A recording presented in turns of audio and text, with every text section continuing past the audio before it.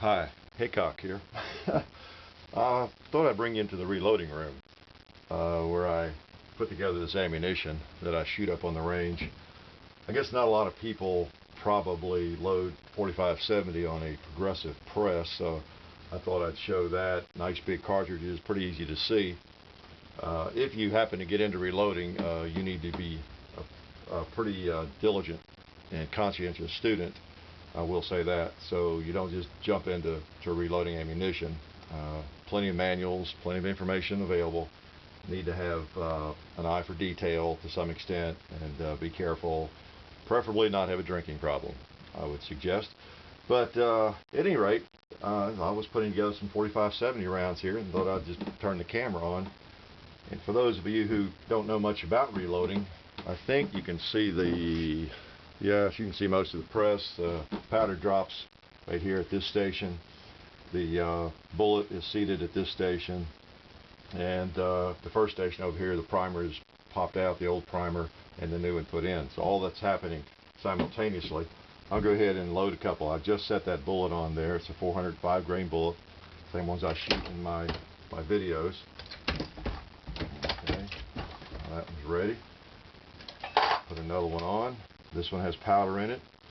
I use a little cardboard wad between the powder and the bullet, help cut down on the leading. You notice, you hear that one fall in every time I work the press. Another one is loaded.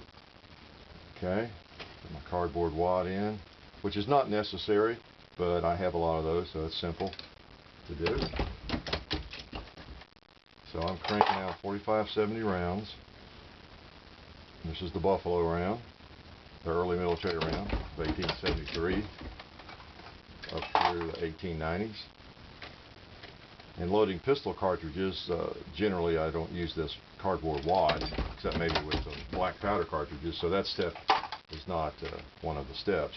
But with these, I don't load hundreds and hundreds and hundreds of them, so generally I do over a year's time, possibly. But you see how simple it is once you get it going. Now, in order for it to be this simple, for those of you who've not done reloading, each of these dies must be adjusted perfectly. For seating depth, for crimp, for the powder measure, of course, has to be adjusted properly. And then the resizing here at the first station, which you might not be able to see as well. You notice I set that one in there. It has an old primer in it. I'll go ahead and now what I did was I punched it out on a downswing there, put a new primer in. You can see that. Okay, so that one comes around. We'll follow that one. And now, be careful when you're talking, not do something wrong here. Okay, now this one is primed. When it goes up, watch the powder is going to drop down into it. So now it's primed and has powder. So it moves on to the next station, ready for the bullet. So we set a bullet on, and it seats the bullet. And it's pretty much finished. There it goes. Okay. So not a big problem. Crank them out pretty rapidly if you want to. No reason to get in a hurry. And let me load one more here. Okay, there we go. 45-70. It's a 405 grain bullet. And here's the empty cases, the ones I'd shot in a previous video I made. Empty, primer fired, of course, and they're ready to load again.